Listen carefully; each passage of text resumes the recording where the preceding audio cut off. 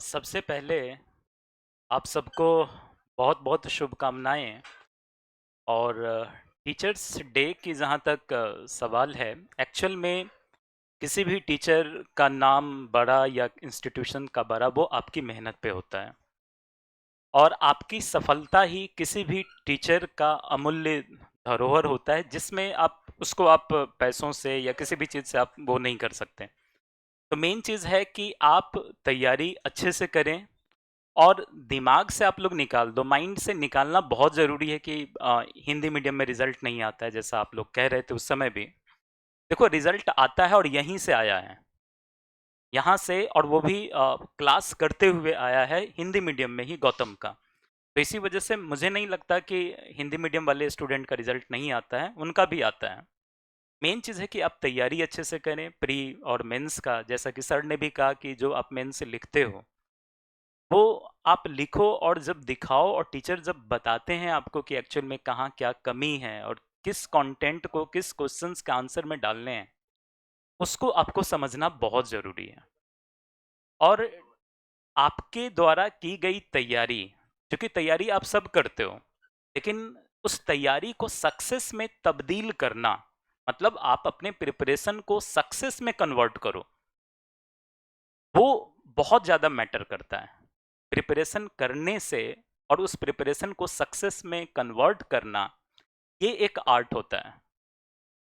और जो भी आप पढ़ते हो, उस पढ़ाई के दरमियान बहुत सारी चीज़ें अप्स एंड डाउन्स होती है, प्रॉब्लम्स आती हैं, लेकिन वो चीज़ें आपको फेस करना है और उससे आगे बढ़ना है।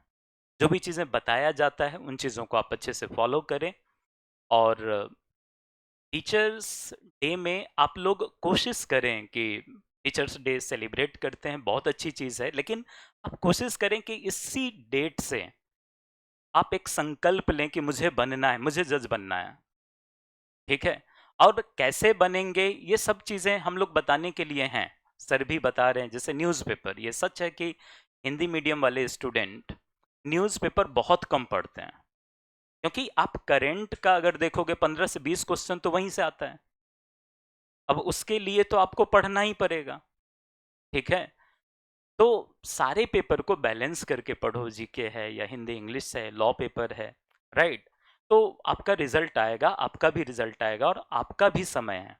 और ये समय जो अभी आप लोग बैठे हो, कभी हम लोग भी उसी चेयर पे बैठा करते थे।